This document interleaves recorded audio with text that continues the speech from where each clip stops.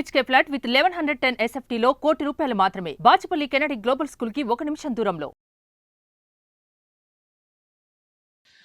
నమస్తే, welcome to Suman TV. నేను విష్ణు. ప్రస్తుతం మనతో పాటు QPFP qualified person finance professional V Chakravarthy garu ఉన్నారు. వారితో మాట్లాడదాం.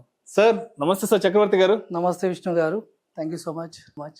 రైట్. సో ఇవాళ టాపిక్ ఏంటంటే, ఒక సొంత ఇల్లు కొనుక్కోవాలా లేదంటే రెంట్కి ఉండాలా?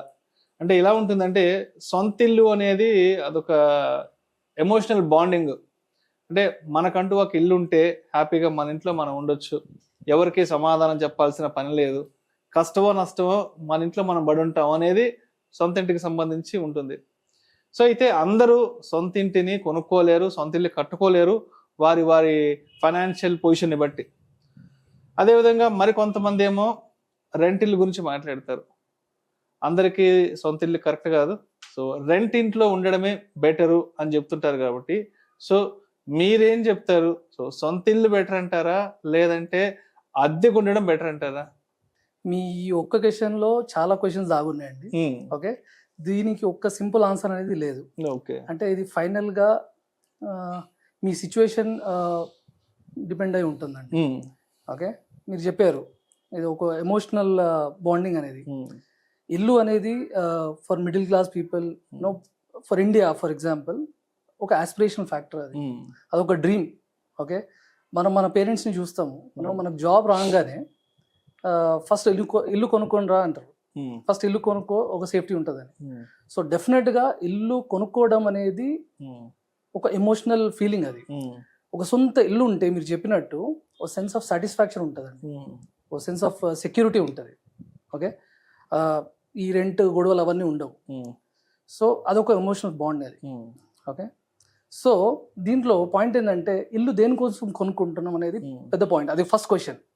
మనం కన్సంప్షన్ అంటే మనం ఉండడానికి కొనుక్కుంటున్నామా లేకపోతే ఇన్వెస్ట్మెంట్ కోసం కొనుక్కున్నామా అనేది చూడాలి.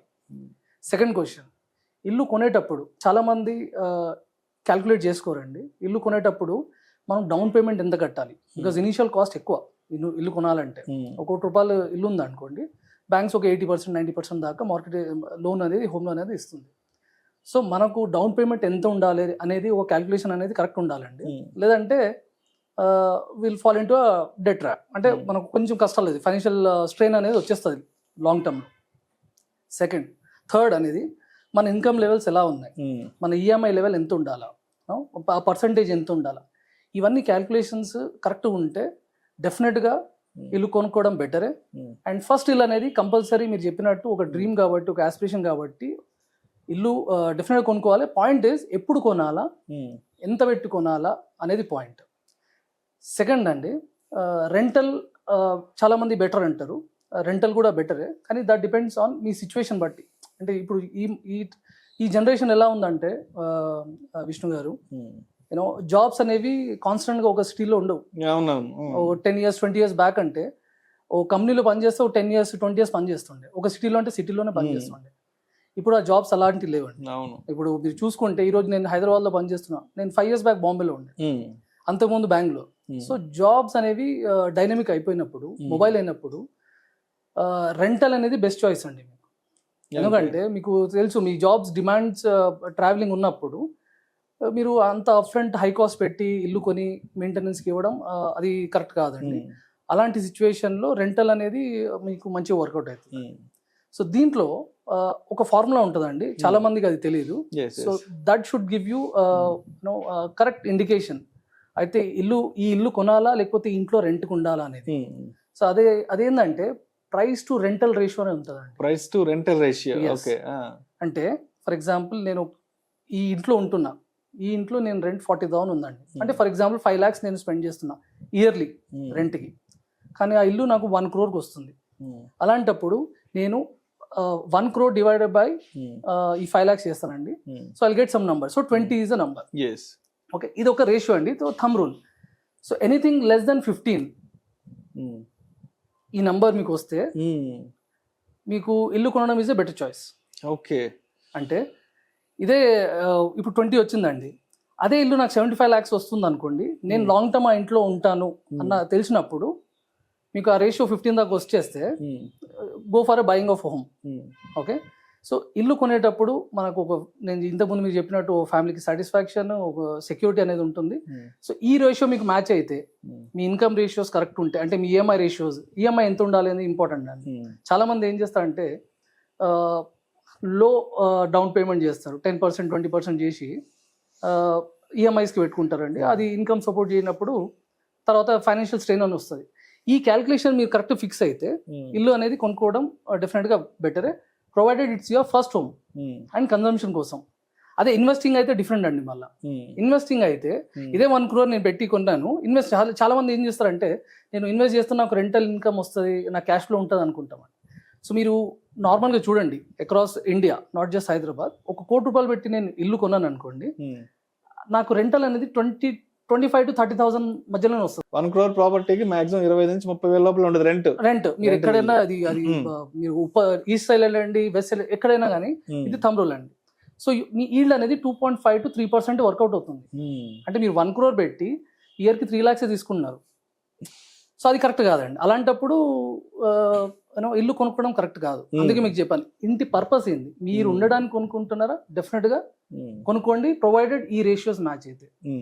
లేదు ఇన్వెస్ట్మెంట్ కోసం కొంటున్నారంటే మీరు ఇది చూడాలి, అంటే మీకు ఎంత రెంటల్ వస్తుంది, దానికన్నా బెటర్ ఆల్టర్నేటివ్ ఆప్షన్స్ ఉన్నాయా, అది వర్కౌట్ చేసిన తర్వాత you can take a call అండి.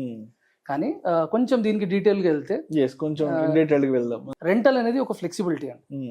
ఓకే, చాలా మంది మిలేనియల్స్, జెన్జీస్ ఇప్పుడు ఏంటంటే వాళ్ళకి ఒక ఇంట్లోనే 10 years 20 years they can't see themselves. ఇప్పుడు ఈ మధ్య చూసుకుంటే కార్లు, గ్యాజెట్స్ ఎవ్రీ ఇయర్ కొత్త వాడతారు, మార్చేస్తారు, వెహికల్ మార్చేస్తారు, వెహికల్ బాగానే ఉంటుంది, మార్చేస్తున్నారు. జ్యువెలరీస్ ఉన్నాయండి, నేను చూశాను, జ్యువెలరీస్ కూడా ఒకసారి వేసుకున్నాం కదా ఇంకోసారి వేసుకోమంటారు. సో ఇది కొత్త ట్రెండ్. ఇలానే ఇల్లు కూడా ఏమైందంటే, కొత్త జెన్జీస్ కి ఏమైందంటే, ఒకటి ఇంట్లో చాలా రోజులు ఉండాలంటే కూడా ఇది they want to upgrade every. వాళ్ళ సోషల్ స్టేటస్ పెరిగే కొద్దీ మనం ఎలాంటి ఏరియాలో ఉండాలి ఏంటన్నది కూడా అక్కడ మారిపోతుంది క్యాలిక్యులేషన్స్. అంటే ఇప్పుడు మనకు వచ్చే ఇన్కమ్ లెవెల్స్ కి మనం పలానా గచ్చిబౌలిలో ఉండాలా, పలానా ఫిల్మ్ నగర్ లో ఉండాలా, సో ఇలా ఎప్పటికప్పుడు జనాలు కూడా మారిపోతున్నారు. 10 years బ్యాక్ నార్సింగ్ ఉండాలా అంటే ఎవరు ఉండకపోతుంది. ఇప్పుడు ఎవ్రీ వన్ అందరు ఏంటంటే అటు సైడ్ వెళ్ళి ఉండాలా, మంచి అపార్ట్మెంట్స్ ఉండాలా, అందరు అప్గ్రేడ్ చేస్తున్నారు. సో అప్గ్రేడ్ చేసినప్పుడు ఈ ఇల్లు అట్లనే ఉంటుంది. ప్లస్ కాస్ట్, మనం ఇల్లు తీసుకున్నప్పుడు అనేది హై కాస్ట్ ఉంటుందండి స్టార్టింగ్ లోనే.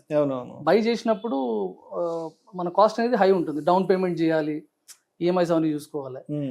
ఇలాంటి కేసెస్ లో ఫ్లెక్సిబిలిటీ కావాలి, నాకు ఫ్లెక్సిబిలిటీ కావాలి, నేను నా జాబ్ మొబైల్ ఉంది అంటే నేను ఎప్పుడప్పుడు ట్రావెల్ చేయాల్సి వస్తుందేమో, అలాంటప్పుడు రెంటల్ అనేది బెస్ట్ ఆప్షన్ అండి. ఫస్ట్ ఇల్లు ఉండి మీ పారామీటర్స్ మ్యాచ్ అయితే ఇల్లు కొనుక్కోండి, నో ప్రాబ్లం. కానీ సెకండ్ ఇల్లు ఇన్వెస్ట్మెంట్ కోసం అంటే మీరు చెప్పిన క్యాలిక్యులేషన్ చూసుకోండి. సో అలా ఉంటుందండి. So basically at the end చెప్పాల్సింది ఏంటంటే, ఇది మీ సిచ్యువేషన్ మీద డిపెండ్ అయి ఉంటుంది, లాస్ట్లీ అదే వస్తుంది. మీకు ఇది బెటరే, కానీ మీ సిచ్యువేషన్ బట్టి ఏది బెటరో మనం అనలైజ్ చేసుకొని, మనం క్యాలిక్యులేషన్ చేసుకొని ఆ డెసిషన్ తీసుకుంటే మీకు ఫైనాన్షియల్ స్టెబిలిటీ అనేది త్రూ అవుట్ ఉంటుందండి. అదర్వైజ్ కొంచెం ఫైనాన్షియల్ స్ట్రెయిన్ వచ్చే ఛాన్సెస్ ఉంటాయి ఫ్యూచర్ లో. సొంత ఇల్లు కొనుక్కోవాలా లేదంటే రెంట్ ఇల్లు బెటర్ అనే దానికి చిన్న చిన్న ఈక్వేషన్స్ ద్వారా అందరికీ అర్థమయ్యే విధంగా మీ అనాలిసిస్ తెలియజేశారు. థ్యాంక్ యూ సో మచ్ చక్రవర్తి గారు. Thank you so much.